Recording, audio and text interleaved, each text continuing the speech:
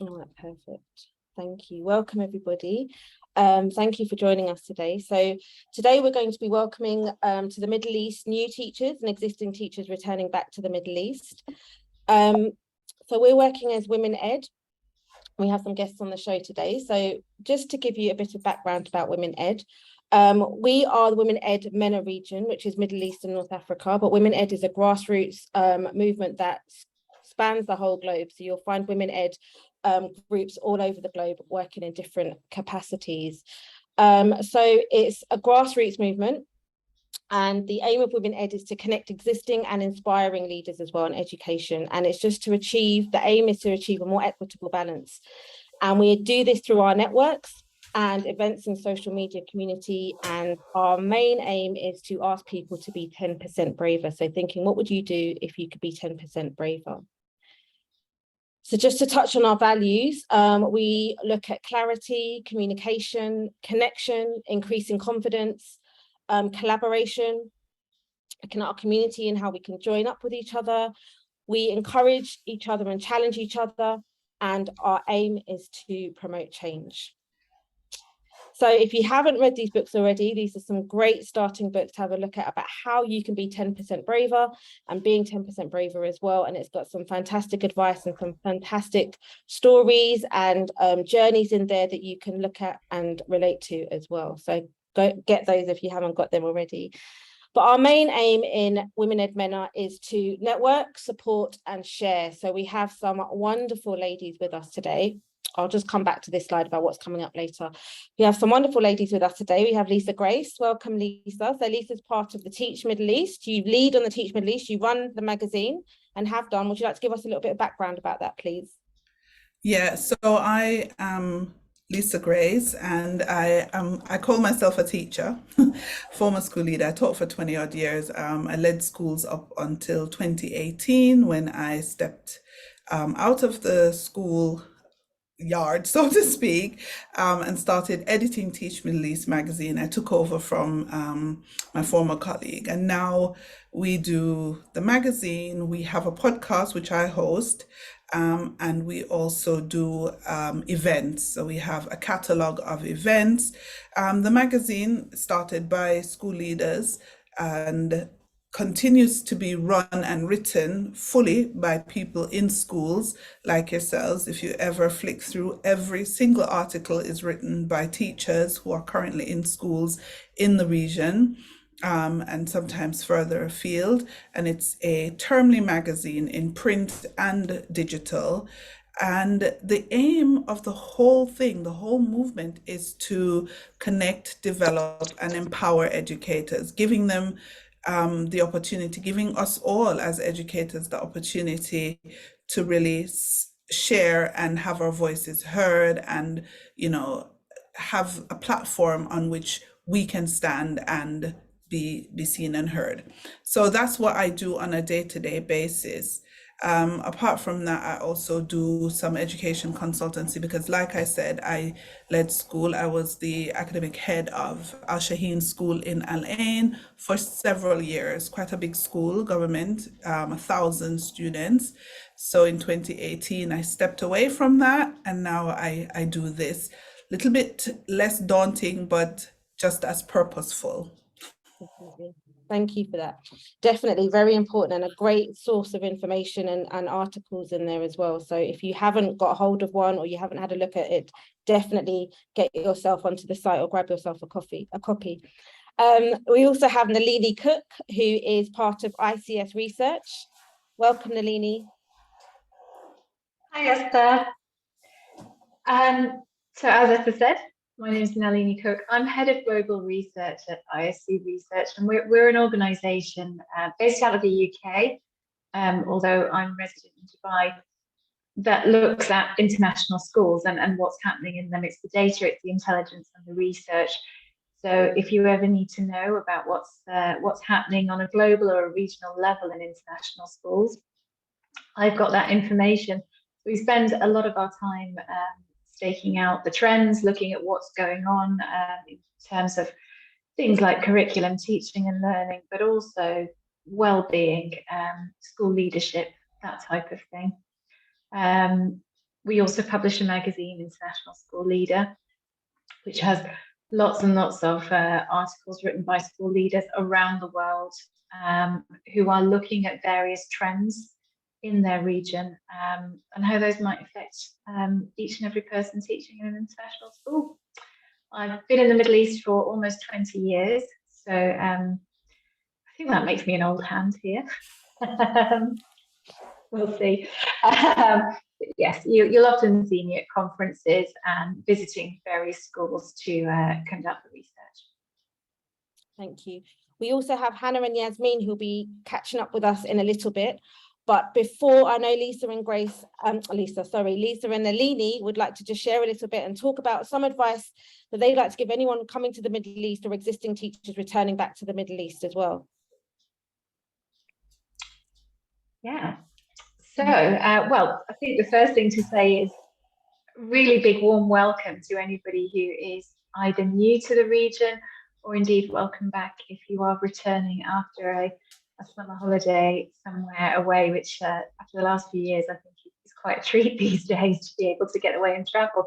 So welcome back. If you've just come to the region for the first time, you may be wondering if you've moved to somewhere that is just an oven the entire time. We appreciate. I always find that I think the school year starts at such a tricky time in this part of the world. We do drop people in the deep end in terms of the heat. So the really good news to start this conversation with is that the heat gets better. Everything gets exponentially better for the next 6 to 8 months or so. So there's plenty to look forward to. Leisa and I just wanted to really chat to you a little bit about some of the things that we've learned in our time in the Middle East, and perhaps some tips and hints for anyone new to the region. And certainly, if you're watching this at a later date and you've seen the link through social media, do comment on any extra tips and hints that you might have to add to ours. Leisa, do you want to kick off with perhaps a couple of tips from your side? Okay, so I think one of the things that you might have gotten as soon as you got in, maybe last week or the week before, is you would have gotten lots of manuals and lots of documents, etc. And if you are in the United Arab Emirates, you would have recently gotten the Code of Conduct from the Ministry of Education, and that would have been for all schools, really, whether you're private or government. And I'm sure you would have read through it and thought, oh my God, what have I gotten myself into? But I think you ought to just sort of relax a little bit and really look at what they're asking, because I think what they're asking is what you're already doing. And if you are a professional, the professional that you are would have already been operating within those lines of the code. And so I would say to you, if I were to give you any advice, would be to really stick to the code of conduct and conduct yourself professionally in this region. Do you know what it is as well? The expectations are a little bit different, but they're not less than what you would have at home. They're just different. So here there are certain parameters, certain things that are off limits, certain topics that cannot be discussed because the powers that be in this region dictate as such. So have a look and really read it, because ignorance, like they say in the court of law, ignorance is not an excuse, and it does not render you innocent. So you can't turn up and say, oh, I didn't know that this was against the code. My suggestion is to study the code, because I mean, when I think back as a principal, I used to have teachers who would plead ignorance on certain things like the dress code, like certain behaviors outside of school. And there is really no excuse. And here's the thing, right? Unlike when we're at home, the expectation might be a little bit different when you are outside of school than when you are in school. But in this region, and especially in this country, your behavior outside of school is also being judged. Like you can get into trouble at school for what you did outside of school, which I know is weird, but it's the truth. And you know, we are where we are. So just have a think about that and make sure you become familiar with that. Now, by this time, if you are new, then you should be getting things like your Emirates ID, you have your travel documents. Just keep those safe. It is so difficult to replace some of these things. The national ID is something that you need to keep on you always, because you will be asked for it at the most inopportune times. So it's good to sort of just keep it in your wallet. And I tell you one trick: if you are in the UAE, sign up for the UAE pass. Get it as soon as you can, because the UAE pass will allow you to carry a digital copy of the important things like your Emirates ID. And sometimes if you get stuck and you have your phone, you can bring up the app and you can show that, and that actually works as well. Nalini, take over. Yeah, I think the ID is such a good one. I just returned permanently here after a couple of years back in the UK, and I'd forgotten how important the ID is. You just take it everywhere. That's the easiest thing to do. And before you take it out with you everywhere, maybe just take a photocopy or note down your ID number just in case it gets lost. That's always quite handy. The other thing that I've remembered since coming back here permanently is however long you think it will take you to do something, double that time at the very, very least. Manage your expectation.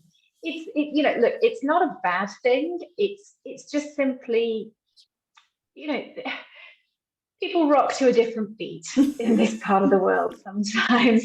And the quicker you get on board with that, the less frustrated you'll be. And sometimes it's quite nice to actually take a breath, take a beat. You'll have lots of time to read a book. So pop your phone, your Kindle, whatever it is in your bag with you, and just and some water. And accept that things are going to take some time, and you'll be absolutely fine. The other thing I'd say is just remember that everybody, certainly if you're in the Gulf region, you're in a place where there are people from so many different nationalities. You will trip over people from probably 20 to 30 nationalities in any single day. So just remember that everyone has different experiences, different backgrounds, different cultural contexts. It can be frustrating when you're expecting everybody to, you know, as a Brit, I would say, you know, I love a queuing system. Not everybody knows or appreciates a queue here. That doesn't make them wrong, doesn't make me wrong. We're just coming from different cultural contexts. So just treat everybody with a little bit of grace, and that's part of your needing to take double the time, because things will get like that. I think my final thing would be to say, I think for anybody overseas, you're generally out here on a fairly financially beneficial contract, lots and lots of opportunities, and we'll touch on those in a moment. But I would say just remember to put a little bit of money aside. Everybody, you know, has an absolute blast at the beginning, but don't be one of those people who goes home in 2 years, 5 years, 10 years, however long it is until you move on, not having taken advantage of those great opportunities. If you are being remunerated well, take advantage of that and don't blow it all on branches.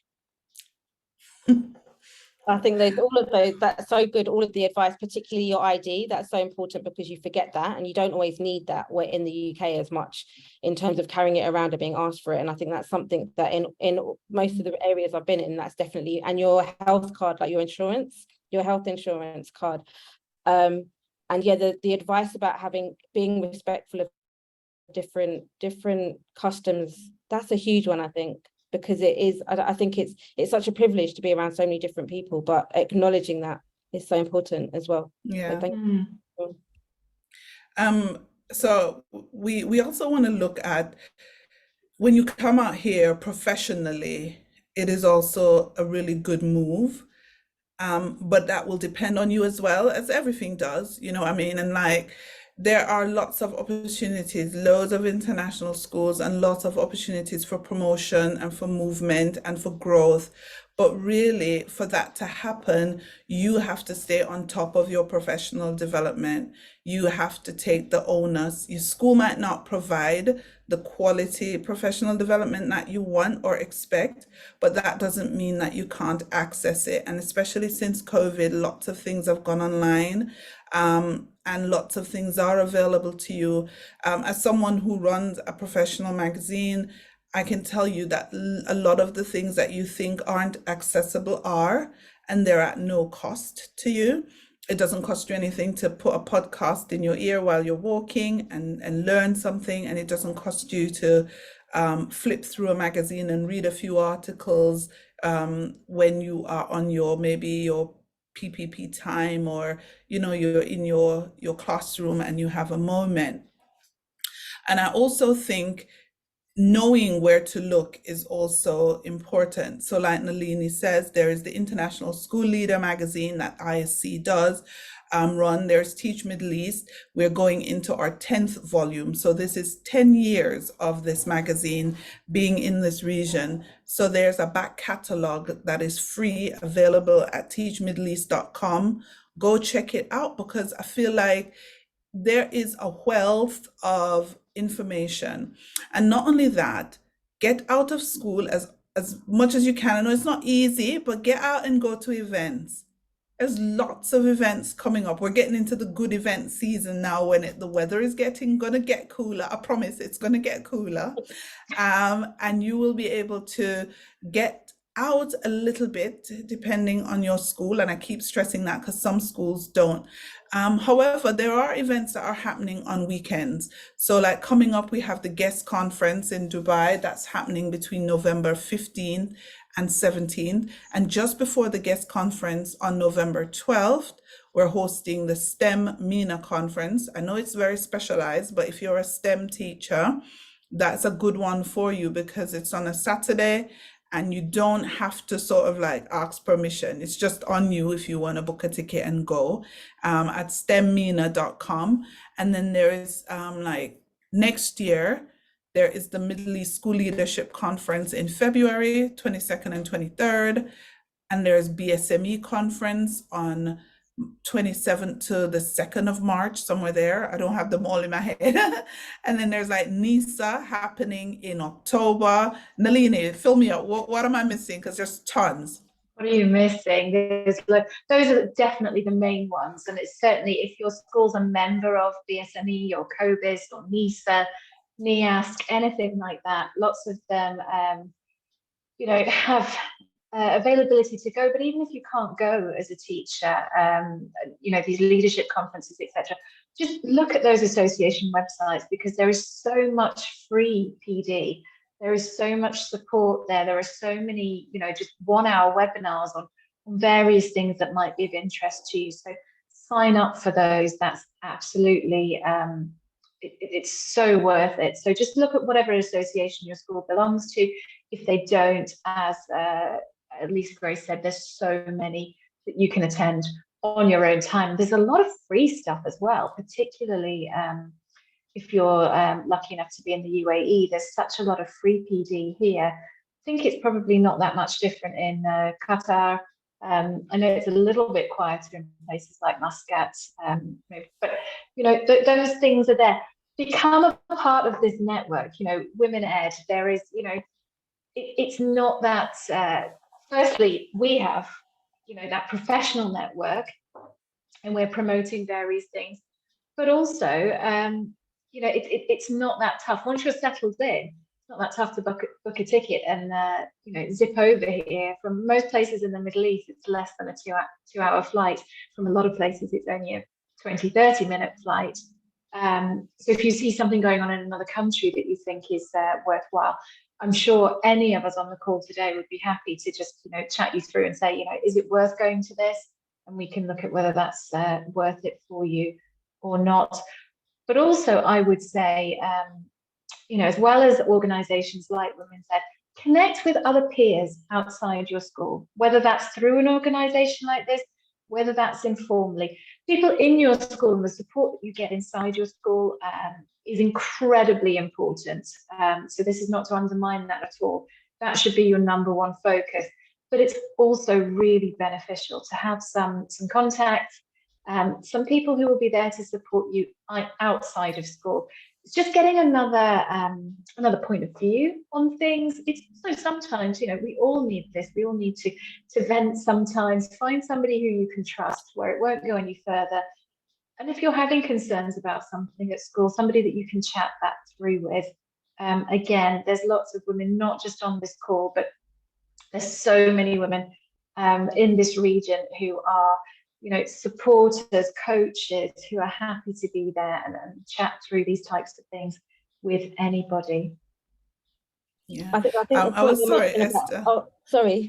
Yeah, I was going to say that we're coming.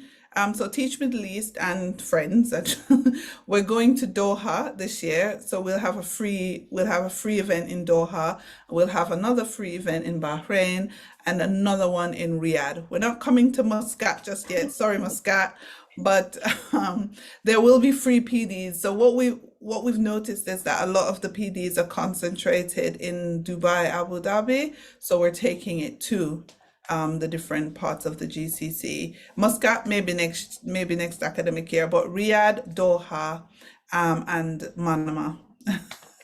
We hope so. I was just going to Muscat, say, you can carpool and drive up. We'll drive over. But I was going to say, I know that when I came out here, a few years ago, about 8 years ago, and one of the concerns that colleagues said to me is that your professional development will suffer if you go international. You won't get as great CPD. And I've actually found that I've had better CPD, but like you said, you have to go look for it. So I've done my NPQSL over here. Like I've managed to get, apply for that and go over to Dubai for days at a time to go do that. My school funded that for me. So I think, like you said, if you apply and you put in your CPD, there are definitely huge opportunities for things like a NPQSL, but even just like you said, informal CPD, podcasts, there's absolutely huge amounts out right now. So I think it's definitely what you make it, but that's a really important one, because I know that was at least a little bit of a stigma when you were going international, that it wasn't as structured or as supportive as it is potentially in the UK with your boroughs and your support around that. So there's so much out there, and it's so great, Leisa, that you're going out as well to the other areas, because like you said, it is centered a lot in Dubai and Abu Dhabi. So that's really good. Hannah, you'll be lucky in Doha when they come and visit you. Yeah, we'll be at Park House. Sorry. Oh, brilliant. Fantastic. Right. And then we also want to talk a little bit about just the personal stuff, just real quickly, to talk about finding your tribe and not being isolated in your flat. It's so hard, so a lot of teachers come out here and they come from a close-knit family, or they come from a place where they maybe had a roommate, or they had a group of friends around them, and then they get given a flat and they're all by themselves. And you can get really down and out and no one to talk to. And I think sometimes you really need to find your tribe, and your tribe doesn't always have to be fellow educators. It could be people from other professions, but you'll meet them if you go out and maybe play a sport or join a club or really pursue your hobbies. And that will help you to meet people that you can rely on, because you're going to need sort of like a pseudo family when you're abroad, because that's what your friends become. And make sure that when you actually have time, get out of your flat, your house, your villa, whatever they call it, and explore. Doesn't mean you have to spend money. Go hike, go walk, check out a wadi, go to the beach, go walking on a corniche or something somewhere. It's so important for your mental health. It's so important for you as a person to really go out and do things that will enable you to meet other people and actually enable you to form that tribe, form that group, and also making sure that you put work in its space, and you put your personal life in its correct space, and don't always let them overlap, because that will just mess up your mental health and drive you out of the region. When I came here first, I worked with the government of Abu Dhabi. I was an advisor. And I'm telling you, we worked in the reform program with the Abu Dhabi Education Council. So you were going into schools and doing training with teachers and principals. And for the first year, I must confess, work was my entire life, but it wasn't helpful. Because when I wasn't training, I was planning the materials, I was writing curriculum, I was just working and working. It really takes a toll. So this is my personal advice. Don't let them overlap. Like really separate them as much as you can. Set yourself a time limit. I'm not going to work beyond 6 or whatever your time is. And then when that time, get up and go find something else to do, queue up your Netflix or call up your friends or go out for a coffee. Let's get out. Please don't sit at home and work and work and work, because as much as you're earning, believe me, the money will mean nothing to you if you're stressed out and your mental health is suffering. Yeah, and that's my last bit of advice. Take care of yourself. Thank you. I think that leads perfectly into just introducing our teachers, Hannah and Yasmin. Hannah works in Doha and Yasmin's also in Muscat. So it's a great time for you to share your experiences and how any advice that you can give to teachers either moving into the region or like you, Yasmin, who've moved around the region as well. So what can you lead on from Lisa's advice? I think that's brilliant. I think we can get very overworked, and I think we can get very kind of caught up and not expand our groups or expand our tribe, so to speak. Wow, there's a lot to say there, but I just first want to thank all of you for inviting me. I think that this space is so important, especially for teachers who are new to this region, because this region does have a lot of different dynamic levels that I don't think a lot of people understand. The Middle East is quite huge, and it's very different depending on which part of it you are in. So, we use the collective concept of the Middle East and North Africa, but you can actually break them down into different sections, and every section has its own cultural identity. And then within each of those sections, you have a different cultural context within each country. It's quite layered. If I were to give any advice to anyone coming in, it would be to really do your research about which part of the Middle East you're coming in, because the Gulf region is completely different than like the Levant region, which is Lebanon, Syria, Palestine, Jordan. That's its own little, it's its own little area. And then you've got the North African countries, and then you kind of got Egypt in the middle there that just kind of sets itself apart from everyone else. So knowing those different, dialects of Arabic, understanding that Arabic is not the same in every single country. It really isn't. They have different words for different things. They have different meanings for different things. Their cultural contexts are completely different.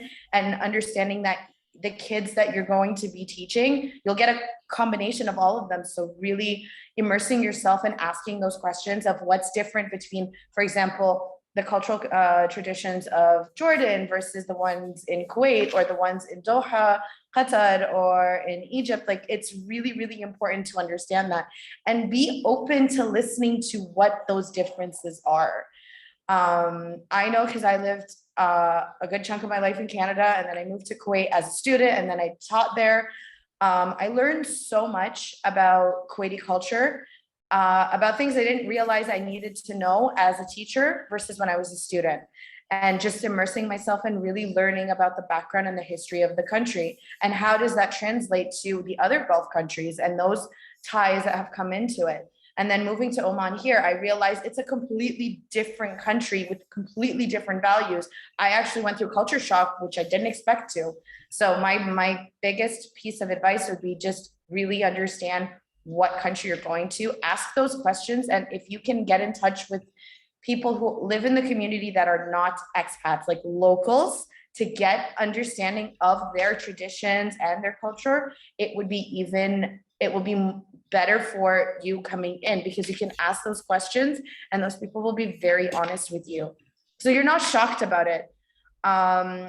That would be the biggest piece, I would say. I would definitely piggyback on what Leisa was saying, is find your tribe. It's so easy to kind of just lock yourself up in your apartment and, not make those connections with other people. I've learned through the very hard way that I've had to step away from work and I've had to try new things to meet new people, both in Kuwait and in Oman. And in doing that, I've discovered new things about myself, but I've also learned so much about the culture here. I've learned so much about different people here, different backgrounds, and it's been great to learn about all these different people's walks of life. So find your tribe is so super important, and don't necessarily only go stick to your people from work. You need a little bit of distance and space. These are some of the biggest things that I personally had issues with just as a person moving from one country to another, but I feel like I'm so much better now and I'm still learning that whole process. Thank you so much for that, Yasmin. Thank you. Hello. Yes. Hello. You okay? Can you hear me? Yeah. Yeah, you're good. Perfect. Again, thank you very much for inviting me. I also want to apologise because I seem to have developed a cold in the last couple of hours, so I might end up sneezing or whatever. But everyone has touched on everything really that came to mind when Esther asked me to come on to this call. Definitely, there's lots and lots of important things about finding the culture.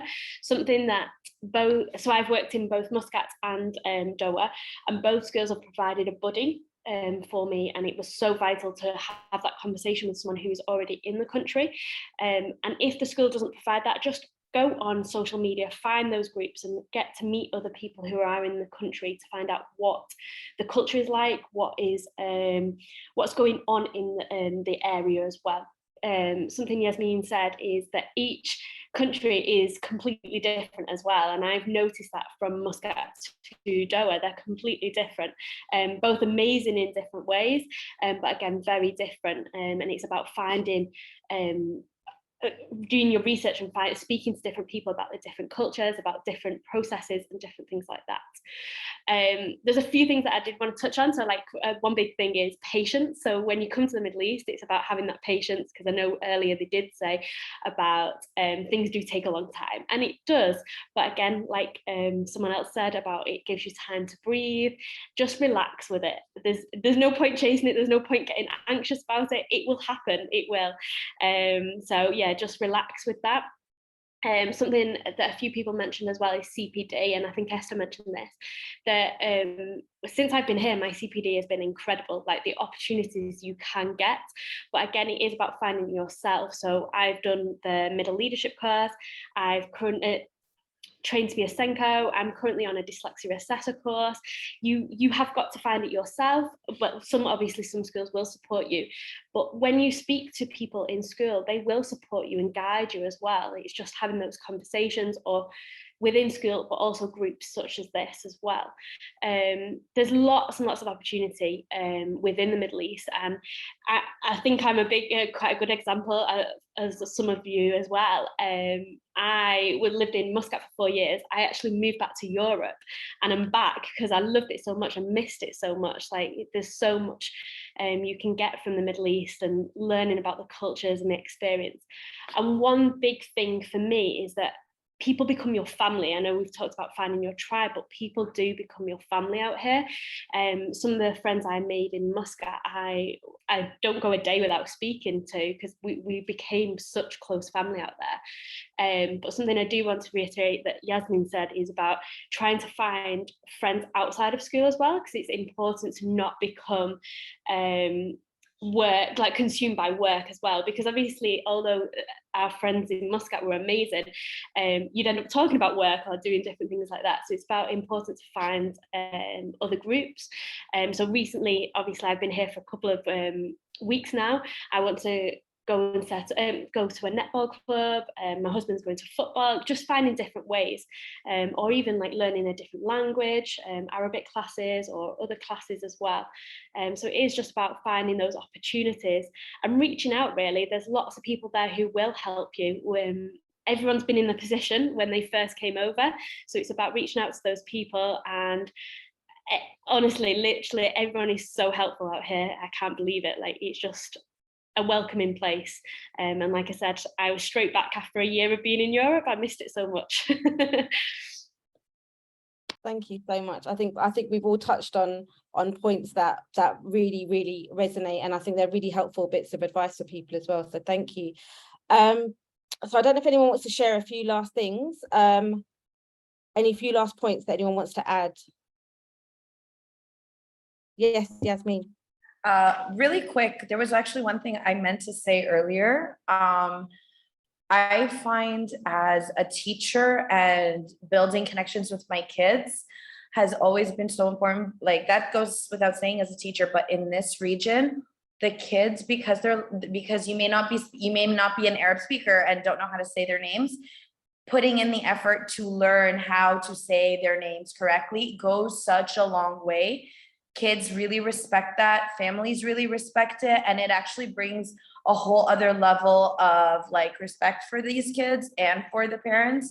I think it's worth, taking the time, even like, because Hannah, you had said, trying to take Arabic classes just because you're here. Yeah, taking those classes to help you with just basic pronunciation of their names is absolutely vital, in my opinion. It makes such a big difference because kids, I've been teaching in this region for 10 years, and I've had kids that come up to me and they're like, Miss, because you speak Arabic, you say our name right. And it's great. It's so hard to deal with people who can't say our names right on a daily basis. And I can relate to that. I have an Arab name, so that works. Like it's so important.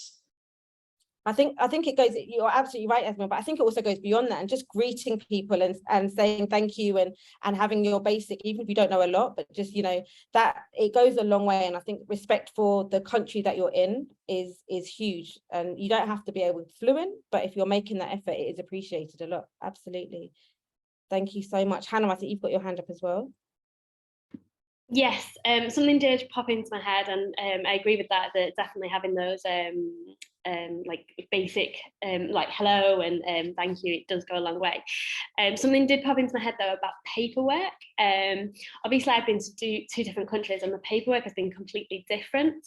So again, before you come, or having that opportunity to talk to people about what you need beforehand. So for example, here in Doha, because learning to drive, it would have been beneficial to have an international driving license before we came out. So it's just about having those conversations with different people who've been there before to see if there is anything. Where, for example, in Muscat, I didn't need that, where here I did. It's fine. It literally, they've transferred it over and everything. It's absolutely fine without. But just like little things like that about paperwork and things that you might need, it's just reaching out to different people and asking that as well. Thank you. Yeah, I think and Nalini and Leisa touched on that before about doing your research before you come over and getting that information before. Thank you so much. One last thing I would Yes. like to add also, that people shouldn't get disappointed or overwhelmed with work on their first couple of weeks. So I know each school like functions differently. So asking questions shouldn't be embarrassing. So ask questions. It doesn't show that you have a lack of experience. It's just schools are different. And this is not only in the region, schools are different from one place to another, and how do they do the assessments and the work. So I know how overwhelming I can see the new teachers coming into school. Just asking questions doesn't show lack of experience. Absolutely. Thank you so much, Zainab. Okay, so just before we sign off, I think it's been so helpful. Yasmin, is that your hand up again, or is that from before? Your hand's up, sorry. Sorry, one more thing. It just popped into my head. I thought it was really important. It's not just about culture. The Middle East is very much well known for its religious connection. Understand that the religion that most of these people that live in the Middle East is primarily Muslim. Just understand that Islam has a different way of operating. You'll see things that are different depending on where you are in the Middle East, the abaya, the hijab, just understanding what it represents and asking questions about it. Once again, trying to understand that there are like certain Islamic holidays that we do not control, that are attached to the lunar calendar. Like that, I know it frustrates a lot of new expat teachers. it's like, why do we have to wait for it to be announced? Well, there's nothing we can do about it, right? Like, it's being patient and understanding where it comes from and understanding, you know, why it's there. And also, especially if you're in a really, like in the Gulf, at least, if you're in a Muslim country, most of them are Muslim.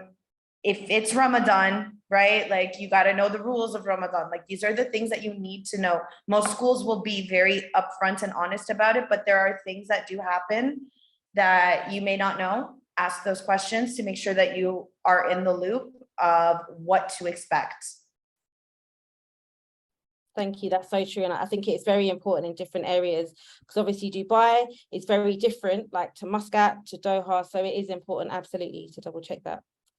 Thank you so much. Leisa and Nalini. Can I just add to that? Sure, yeah. Yeah, I'm going to add to that really quickly, which is, I think you're so right, Yasmin. I mean, I've lived here for almost 20 years. I've been married to an Arab for well over a decade. And yet I read a book about 18 months ago called Understanding the Arab Mind. But I've got a few of those kind of books, Understanding the Arab Mind, Arab Families, things like that. I would say it's really worth picking up something like that, because it's incredibly hard, even when you're living in a country, you know, in that culture, for somebody from outside the culture to understand. It was such, you know, some of these books have been such an eye-opener, and I can imagine that, you know, just in dealing with understanding the way that parents are coming at their children's education, you know, understanding where the priorities lie. You know, sometimes coming from outside the Arab world, it can be very difficult to really get your mind around, you know, the full understanding of what family means, for example, and how it's not necessarily that priorities are better or worse in any place, but they're just different, and we all come at things with our own cultural context, and understanding the context of the place that you're in, and perhaps the majority of your students, can be so helpful and beneficial. So just to build on that, kind of, you know, getting a little bit of language, etc., just understanding the way that people think, and again, if you can, to dive even perhaps a little bit deeper into your own the country that you're living in, because it does vary between countries. But all of those things, peeling back all those layers, can just make it so much richer of an experience for you as well, and it'll make your life easier. Absolutely. Thank you so much for that. And maybe we can add the name of the books or some recommendations to share with that as well. I'm happy to do that. Thank you so much. Leisa, would you like to add any last words of wisdom before we sign off this evening? Oh, words of wisdom, oh my gosh. No, just enjoy. This is a brilliant experience. Listen, I came out here for 2 years, 12 years later, I'm still here. I went back to the UK in the summer, and my whole family was like, when are you moving back? And I'm like, listen, no fixed date. I'm still enjoying it. And until I stop enjoying it, I'm going to be here. So just enjoy, embrace it. And, you know, who knows, you might be a long staying member of the expat community. Be open, is what I say. I love that. I think there's a perfect word to finish on. Enjoy and embrace. Excellent. Thank you so much for all your contributions, ladies. I'm just going to wrap up with just a few things that are coming up with Women Ed, so Women Ed MENA. So we've got some drop-in coffee mornings, so watch out for some of those. They'll be advertised on Twitter and Instagram. We're also going to show some more people. We've been looking at 10% Braver educators from the MENA region as well. We have some up and coming webinars, and also one thing we would like to invite people to is support sessions. So let us know what kind of support you'd like. Is it around CV writing, interview techniques, coaching? Are you looking to go for a promotion in the next couple of years? Would you like some CPD advice? We've got lots of people here who can give you lots of advice, lots of support. So please reach out to us either on Twitter or via Instagram or Facebook. Let us know, and you can connect with all of these ladies as well on Twitter. They're all on Twitter, so you can reach out to them there as well, and I'm sure they'll be happy to give you any advice and connect you with people to help you along your journey. So welcome to the Middle East. Have a fantastic time, And as Leisa said, enjoy and embrace. Thank you so much. Thank you.